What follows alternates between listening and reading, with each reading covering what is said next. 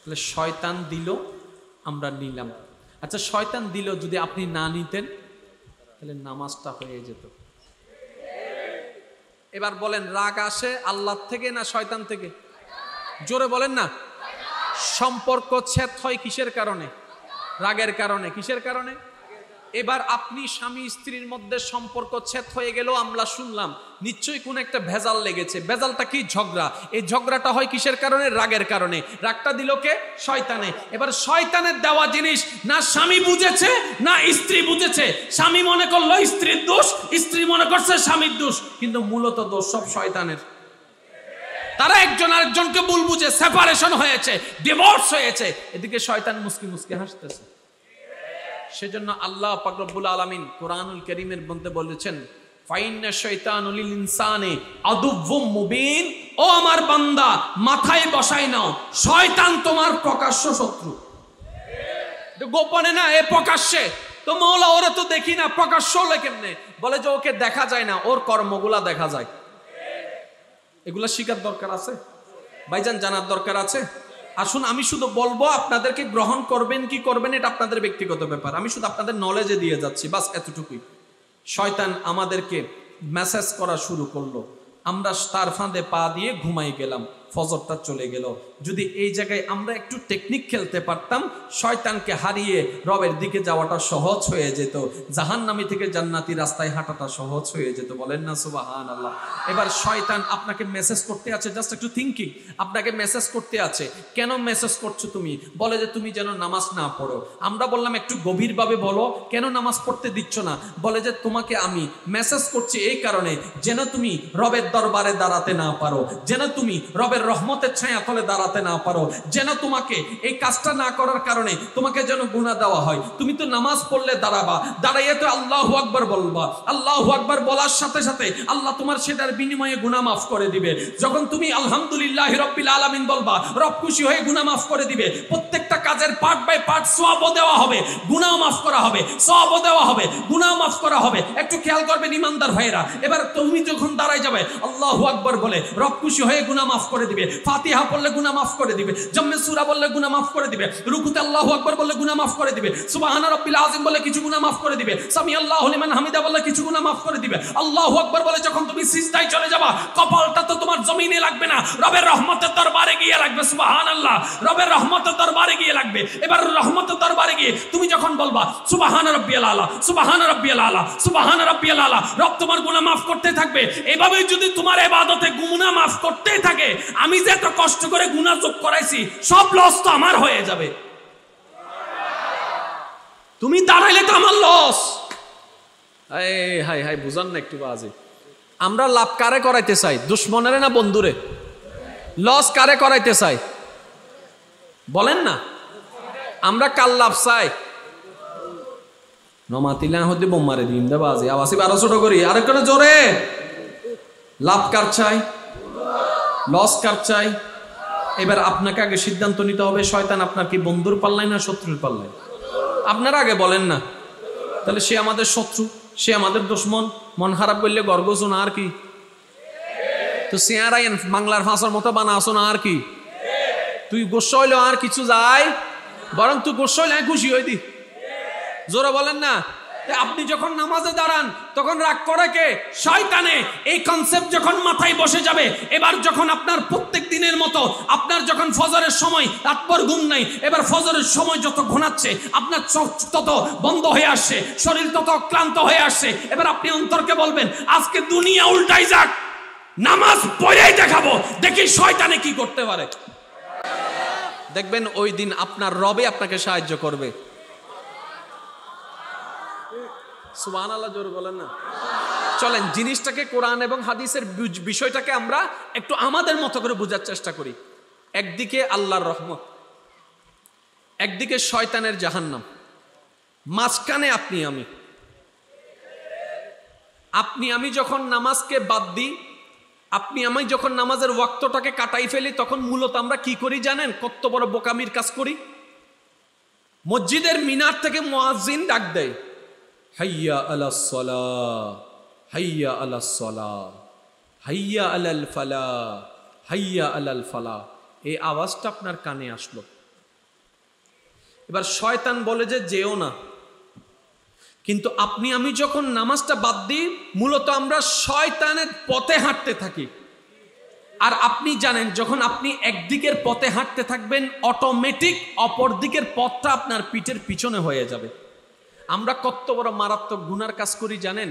যখন মিডল পয়েন্টে একদিকে রবের রহমতের ডাক, একদিকে শয়তানের বারণ, আমরা যখন শয়তানের দিকে মুখটা ফিরিয়ে ফেলি, অটোমেটিক আমাদের পিঠটা রবের দিকে চলে যায়, আমাদের পিঠটা রবের রহমতের দিকে চলে যায়। যে রব আপনাকে আমাকে হাজার গুনাহ করার পরও এখনো বাঁচাই রেখেছেন, যে রব আপনাকে আমাকে হাজার পাপ করার পরও জমিন থেকে রিজিকের ব্যবস্থা করে দিচ্ছেন, যে রব আপনাকে আমাকে হাজার অন্যায় করার পরও এখনো গাছ থেকে অক্সিজেনের ব্যবস্থা করে দিচ্ছেন, যে রব প্রতিটা সেকেন্ডে সেকেন্ডে মায়া দয়া করে যাচ্ছেন, সেই রবের দিকে পিঠটা দেখাই দিচ্ছি। কত বড় নাফরমান, কত বড় নাফরমান, কত বড় নাফরমান। তারপরও আমাদের রব বলে যে, ও বান্দা তোকে সুযোগ দিলাম, ভুল করলে তুই তওবা কর, আমি আল্লাহ মাফ করে দিতে রাজি আছি। একটু কনসেপ্টটাকে বুঝেন। যখন নামাজ আমি বাদ দিই, তখন রবকে পিঠ দেখাই। এবার আপনি মাঝখানে দাঁড়ায় আছেন, একদিকে রবের রহমত, একদিকে শয়তান। এবার আপনি যদি নামাজের দিকে হাঁটেন, পিঠ দেখালেন কারে? জোরে বলেন না, আরেকটু জোরে, একটু কল্পনা করে করে বলেন, পিঠ দেখালেন কারে? শয়তানা হদ্দমার বন্ধু যার গই অন হবেন্দে বহুত দিন ই তোর দুকাই বহুত ফজ্জি ইয়া রহমানের মিক্কে যাইম দে। তাহলে আপনি যখন ভালো কাজে যান, মুখটা থাকে রহমানের দিকে। আপনি যখন খারাপ কাজে যান, মুখটা থাকে শয়তানের দিকে, পিঠটা থাকে আল্লাহ রহমতের দিকে। তা আল্লাহ রহমতের দিকে পিঠ দেখানোর কোনো ক্যাপাসিটি আমাদের নাই, কোনো যোগ্যতা আমাদের নাই।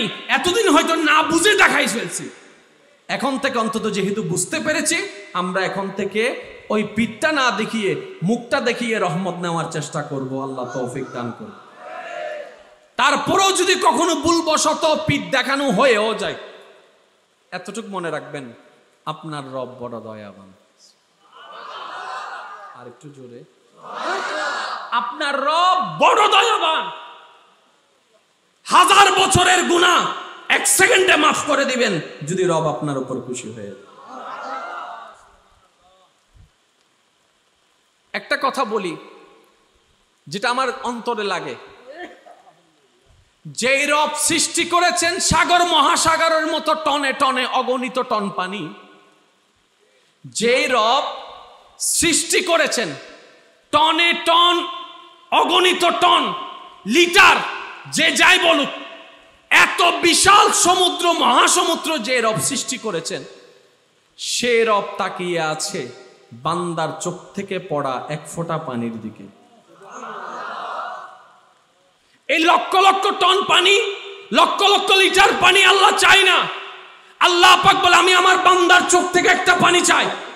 ফেরেশতা জিজ্ঞেস করে, মাওলা বঙ্গোপসাগর তুমি হুকুম দিলে তো চলে আসবে, আটলান্টিক মহাসাগর তুমি হুকুম দিলেই তো চলে আসবে, প্রশান্ত মহাসাগর তুমি হুকুম দিলেই তো চলে আসবে, মাওলা এত টন টন পানি বলো না, আমরা এখন নিয়ে আসি। রব বলে যে না, আমি আমার বান্দার চোখের পানি চাই, আমি আমার বান্দার চোখের পানি চাই, আমি আমার বান্দার চোখ থেকে ঝরা পানি চাই। ফেরেশতা জিজ্ঞেস করে, ও মাওলা ওইটাতে কি আছে যেটা সাগরের পানিতে নাই?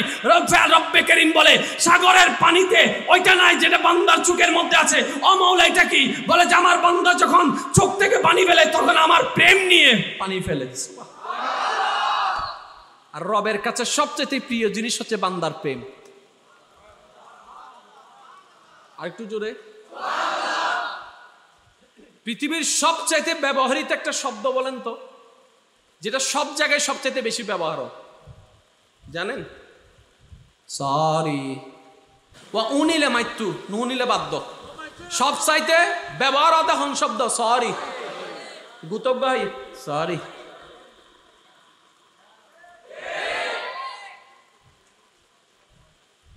কি শব্দ? সরি।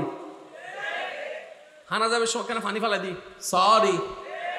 বাসের ভিতরে সরি, রাস্তার ভিতরে সরি, ট্রেনের ভিতরে জোরা হ না, ঘরের ভিতরে বউয়ে গোসই, বাইয়ে গোসই, বন্ধু গোসই, সারে গোসই, অনেক কান বুলই, সাইরিমিককে সরি। এবার তুমি ব্যবহৃত বেশি শব্দ আর মনে আর নাই। তো সরি হত্যা হয় যাতে ভুল হয়, বেশিরভাগ ক্ষেত্রে সরি হত্যা হয় যাতে, তার মানে আর বেশিরভাগ মানুষের জীবন শুধু ভুল উচ্চার করতে হারণে তালাই তো সরি বাড়ি গি মাতো না বাজে দুনিয়া হদ্দে বেশি বেশি সরি হ, খুব খেয়াল করিবেন, দুনিয়া হদ্দে বেশি বেশি সরি হ। দুনিয়া বলছে বারবার সরি বলো, ক্ষমা চাও, নত হও, ছোট হও, কিন্তু রব কি বলছেন জানেন? বান্দা বেশি বেশি শুকরিয়া আদায় করো। লাইন শাকারতুম লাযিদান্নাকুম। তুমি দুনিয়াকে সরি বলবা, তার সামনে তুমি ছোট হয়ে যাবা, কিন্তু আমি আল্লাহর দরবারে যত তুমি মাথা ঝুঁকাই দিবা তত তোমার সম্মান বেড়ে যাবে, যত শুকরিয়া আদায় করবা তোমার নিয়ামত বেড়ে যাবে। বলেন না সুবহান। দুনিয়ার আত্মীয়তার ঘরে বারবার যদি যাওয়া আসা শুরু করেন, আপনার ভ্যালু দিন দিন কমতে থাকবে, সম্পর্কের গুরুত্ব দিন দিন কমতে থাকবে। দুনিয়ার মানুষের ঘরে গেলে আপনার মূল্যায়ন কমতে থাকবে। কিন্তু দেখেন না বড় কত মজার বিষয়, কত অদ্ভুত বিষয়। এমন একটি ঘর যেটাকে মসজিদ বলা হয়, এমন একটি ঘর যেটাকে বাইতুল্লাহ বলা হয়, যত যাবেন তত দাম বেড়ে যাবে, যত যাবেন তত সম্মান বেড়ে যাবে, যত যাওয়া শুরু করবেন তত মর্যাদা বেড়ে যাবে। আর কখনো যদি মৃত্যুটা সেই আল্লাহর ঘরের ভিতর হয়, আপনার দামটা আরো ডবল বেড়ে যাবে। তো যেখানে সম্মান আছে আমরা সেখানে যাচ্ছি না, তার মানে নিজের পায়ে নিজেরাই। আমি শুনি নাই, আপনারা একটু বলেন না, নিজের পায়ে নিজেরাই। আল্লাহ কি নিয়ামতের দরজা খুলে দিছে কি দেয় নাই? আপনারা বলেন, আর একটু জোরে বলেন। এবার আসেন, তাহলে কি করতে হবে আমাদের জানা আছে না নাই?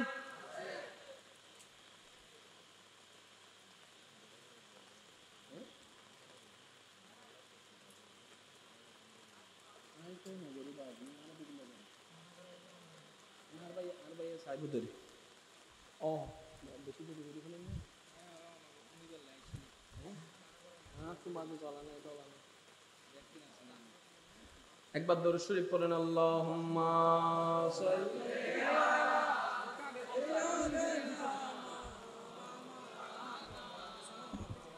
আলা আলি সাইয়্যিদিনা মাওলানা। যাই হোক, আমার ভাইজান এসেছে, আসলে ওনাকে বসায় রেখেও তকরির করতে লজ্জা লাগতেছে, কারণ আমার জীবনে অভ্যাস নেই কেউ একজন আসলে ওনাকে বসায় রেখে তকরির করা। এটা একটা ভদ্রতার জন্য একটু দেখতে বিপরীত। তো তারপরও যেহেতু পরিবেশ এমন হয়েছে, মাহফিল কমিটিরা অনেক কষ্ট করে সাজিয়েছে, সেহেতু দোয়া এবং মওলার দয়া পাওয়ার আশায় দুই চারটা কথা বলে আপনাদের থেকে বিদায় নিচ্ছি। আগামী বছর এই মাহফিলটা যখন হবে, এই মাহফিলের জন্য আপনারা সবাই মন থেকে সহযোগিতা করবেন। রাজি আছে? আল্লাহ আর একটু জোরে। মাহফিল কমিটির ভাইরা আছে, সব আপনাদের এলাকার এই সন্তান, আপনারা নিজেদের সাধ্য মতে পার্টিসিপেট করে ফেলবেন। শুধু একটা কথা মনে রাখবেন, যেহেতু আমি বলছি, আমাকে যারা চিনেন তারা জানেন আমি অহেতুক কথা বলি না, নাকি? আমি বানোয়াটি কথার মধ্যে আমি নেই। দরকার হলে 2 মিনিট বলবো, কিন্তু ওইটাই যতটুক দরকার। ব্যাংকে অ্যাকাউন্ট করার একটা ইচ্ছা কম বেশি সবার আছে, ডিপিএস নাকি ডিপোজিট কি একটা বলে, ওইটাও কম বেশি অনেকে করে রাখে, কিন্তু এটা আপনি পেতেও পারেন। আপনি মরে গেলে যারা নমিনি দিবেন তারে ঘুরাইতে ঘুরাইতে ঘুরাইতে ঘুরাইতে জুতার তলাইন তলা বানাই ফেলি। কিন্তু এমন একটি দরবার আছে যেখানে অ্যাকাউন্ট করলে আপনি সর্বনিম্ন 10 গুণ পাবেন। এটা হচ্ছে মওলার দরবার। মানজা বিল হাসানাতে ফালাহু আশরু আমসালিহা। রব বলছেন যে আমার নামে 1 দিবে, আমি রব তাকে সর্বনিম্ন 10 দিব। মওলা সর্বোচ্চ কত দিবা? বলে যে অগণিত। এবার চিটাঙের ভাষায় চলেন, সেটাকে একটু বোঝার চেষ্টা করি। দানে দন কখনো কমে, আরেকবার বলে দানে দন বাড়ে। দানে দন, জোরে বলেন দানে দন। এবার আপনি মসজিদ, আচ্ছা মসজিদ বানানোর ইচ্ছা কার কার আছে? একজন কেন বুঝি উত্তর দিলে আমি খুশি হইতাম। বাজে এখন আওয়াজ বোঝাতে নো বুঝে আবার বল, মসজিদ বানানোর ইচ্ছা জীবনে কার কার আছে?